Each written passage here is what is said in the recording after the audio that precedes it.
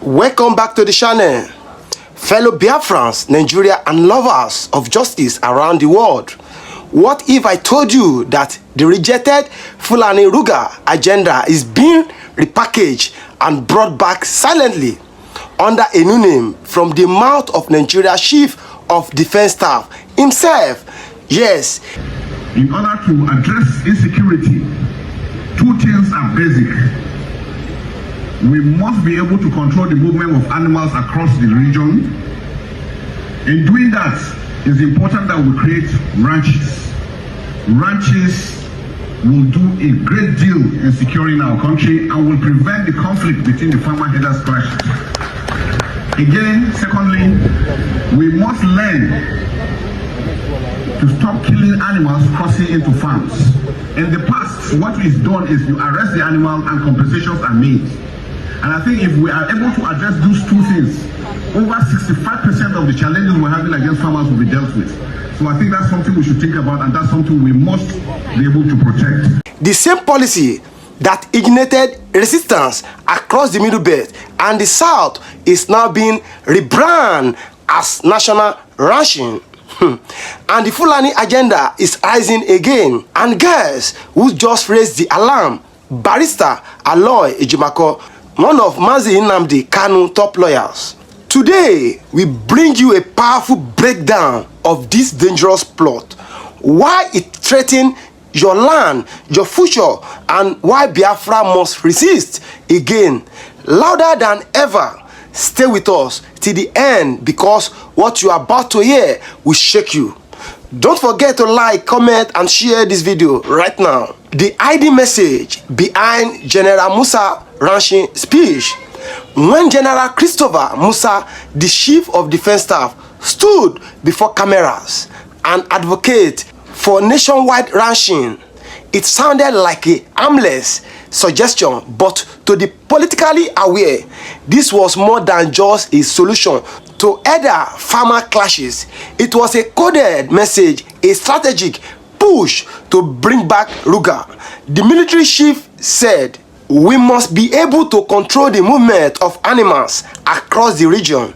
It is important we create ranches." Now pause.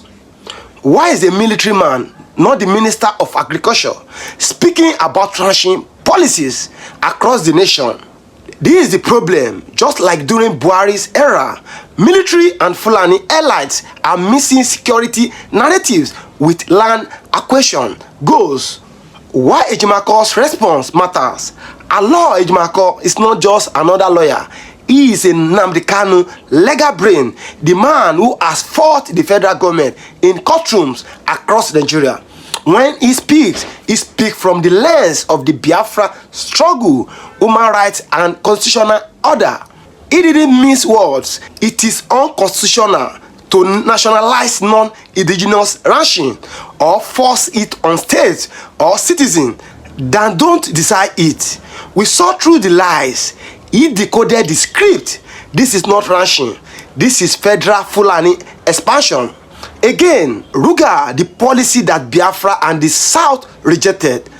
Let's remind ourselves, rural grazing area was the 2019 initiative of the Buhari government, aiming to allocate land in every state for Fulani herders. But what was the truth behind it? It was a land grabbing agenda, a backdoor ethnic colonization, a violation of federalism and state rights. Certain states, especially IPOP strongholds, rose against it. Nnamdi Kanu'S was one of the first to expose the dangers of Ruga on Radio Biafra and through IPOP broadcasts. So why is it resurfacing now in 2025 after being buried with public outcry? The Fulani agenda, a slow strategic takeover. The Fulani agenda isn't a might. It is not a hate speech. It is a political strategy with historical roots, and the signs are always the same. Land grab disguised as security. Federal imposition disguised as unity. Fulani immigration disguised as business. From Plateau to Benue, from Enugu to Ebonyi, farmers are crying. livelihood destroyed, communities invaded, and now ranches force on you in the name of peace. Who will own the ranches? Who will manage them? Who will benefit? The answer: Fulani elite. How this affects the Biafra movement? Let's get real. If the federal government begins building ranches across Southeast states, it will mean federal occupation of ancestral lands, militarization of farming zone, ethnic tension increase, IPOS mission compromise. This is exactly what Mazi Nnamdi Kanu warned about years ago. He said they are not coming for grazing, they are coming for conquest. And this latest move by the defense chief confirms that prophecy. Like this video right now if you believe Biafra must stand strong against the plot. The constitution is clear. States have the right to reject. Ejimakor's legal firepower it had here. Ranching is a private business. It is not government job to build cattle ranches, just like the government doesn't build supermarkets or pig farms.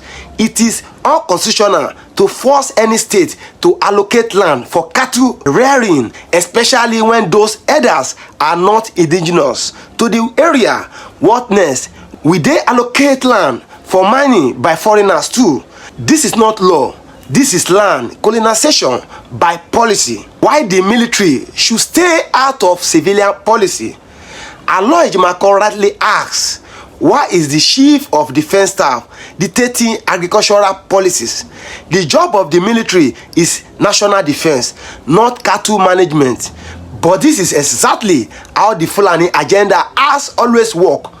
Use federal institutions, blur the line between security and ethnic expansion, push policies from the top down. Remember what happened in Kaduna, Jos and Southern Kaduna. This is the blueprint of silent invasion. Biafra must remain vigilant. This is round 2 of Ruga.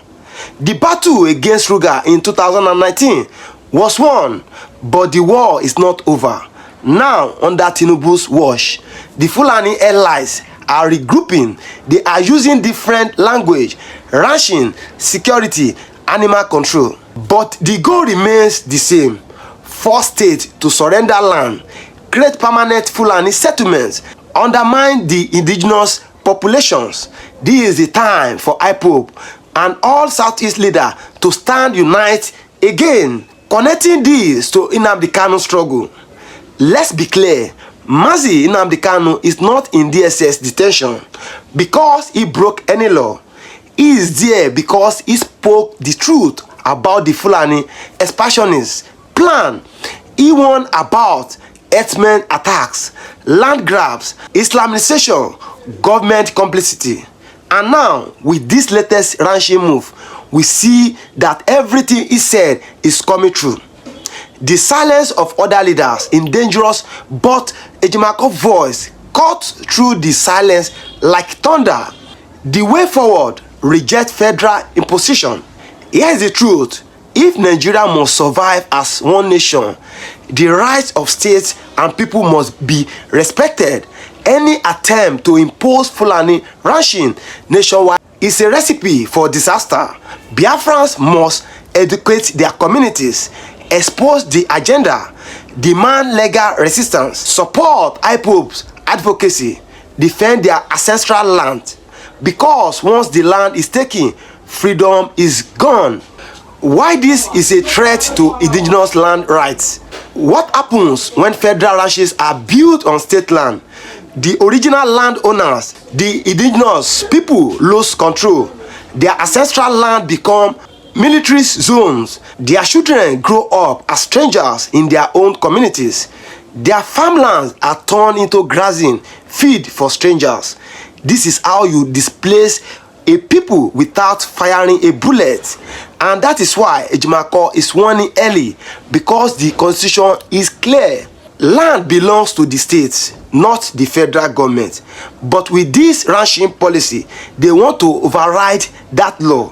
Quietly, forcefully. It is not about animals. It is about taking what doesn't belong to them. Mazi Nnamdi Kanu predicted this playbook. Go back to Nnamdi Kanu's speeches in 2016, 2017, 2019. He kept saying, they will come through your bushes, then they will come for your lands, then they will come for your lives. People thought it was exaggeration, but what are we seeing now?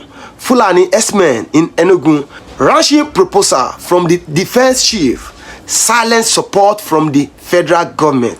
Kanu saw the future, and now that he has locked in DSS custody, the playbook is being executed. This is why they don't want him free, because his voice breaks their lies. If you believe Kanu was right, hit that like button now. Ranching is not a solution, it is a trigger. Let's be honest, will ranching really stop the other farmer conflicts, or will they provoke more violence? Here is what will happen. Local youth will resist forced land takeovers. Security forces will be deployed. Clashes will begin. Innocent people will pine. That is not peace. That is manufacturer crisis. Ejimakor is not just speaking as a lawyer. He is sounding an alarm as a human rights defender. Ranching without consent is not a solution. It is a time bomb. The international community must watch closely. This is the time for the world to pay attention. Biafrans have faced genocide before. Now, land grabbing is being dressed in fine grammar. National ranching, animal control, peace, but the pattern is clear. It happened in Benue. It happened in southern Kaduna. Now, it is creeping to the east. We call on the United Nations, Amnesty International, and ECOWAS. Watch Nigeria now, because another silent occupation is on the move, and if they remain silent again, history will remember their silence. Biafrans, wake up. It's not a time for fear. It is a time for awareness, unity, and loud resistance. What can you do? Educate your people. Let them understand the coded language of oppression. Resist quietly but boldly speak up in town meetings. Demand legal protection. Support Ejimakor, IPOB, and Kanu. They are the ones standing in the gap. Don't sell your land for any federal project.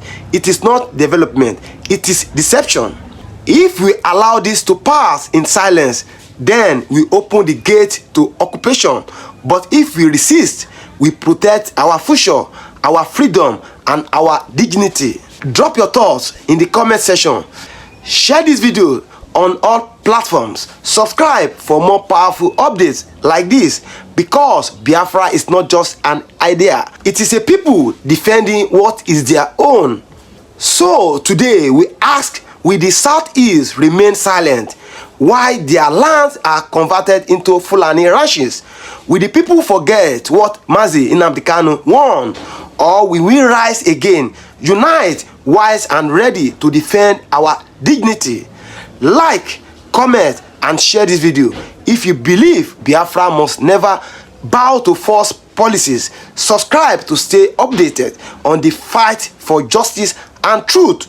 This is not just about chaos, it is about control. It is not about peace, it is about power. And we say never again.